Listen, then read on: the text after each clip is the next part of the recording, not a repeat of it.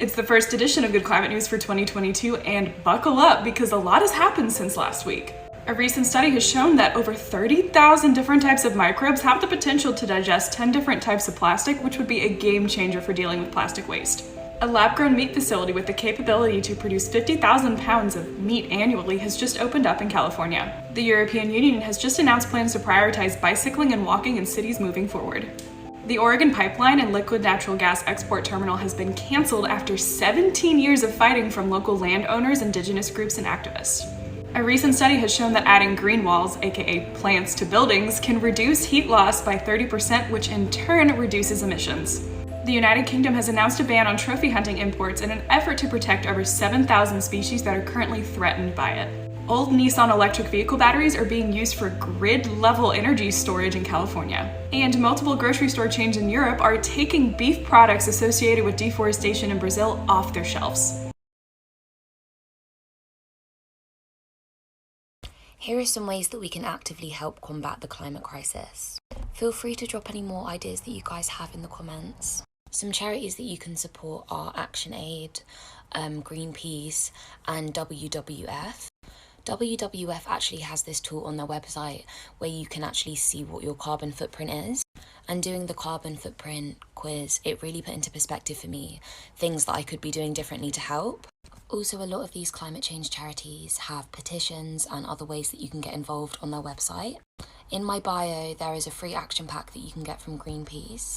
And this action pack is specifically to help us target Tesco's, as they are the biggest forest destroying supermarket in the UK. Another thing that you can do, obviously, is try and have a more plant-based diet. Obviously, a plant-based diet is not accessible or affordable for everyone.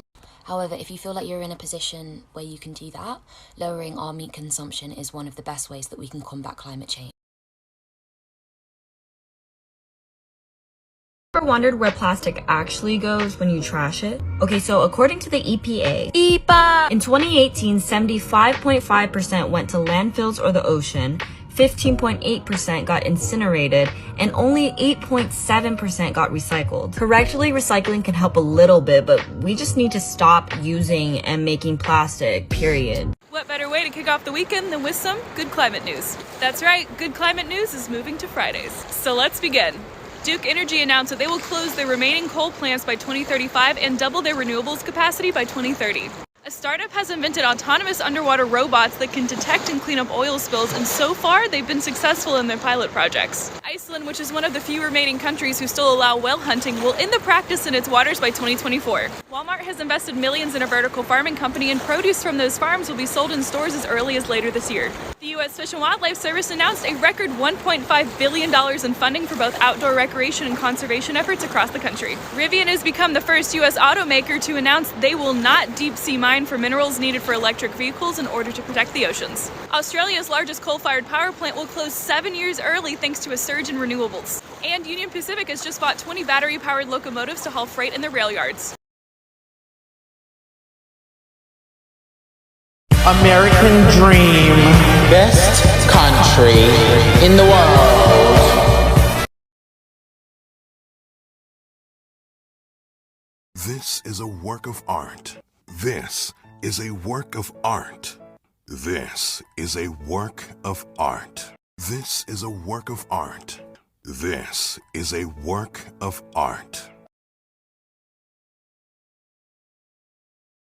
How far would you drive for the girl of your dreams? I would drive anywhere. What about to Nebraska? Oh, We'd go to Nebraska.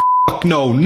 Some of the best sustainable swaps I made in 2021. I finally made the switch to toothpaste tablets and love how easy they are to travel with. I committed to only buying fair trade coffee, and now this daily ritual is something I can truly feel good about. I discovered shampoo bars that work for my hair type so I can eliminate more water waste from my daily routine. I shopped in bulk whenever possible and learned how to store my food properly to prevent food waste. And while I embrace lifestyle changes like using refillable cleaning products and creating a sustainable makeup routine, I also prioritize getting involved in community-led movements and getting outside each day.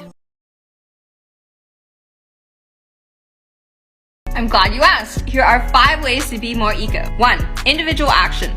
Drive less, walk more, eat less meat, learn how to compost and recycle. 2. Make sure the government knows that you care.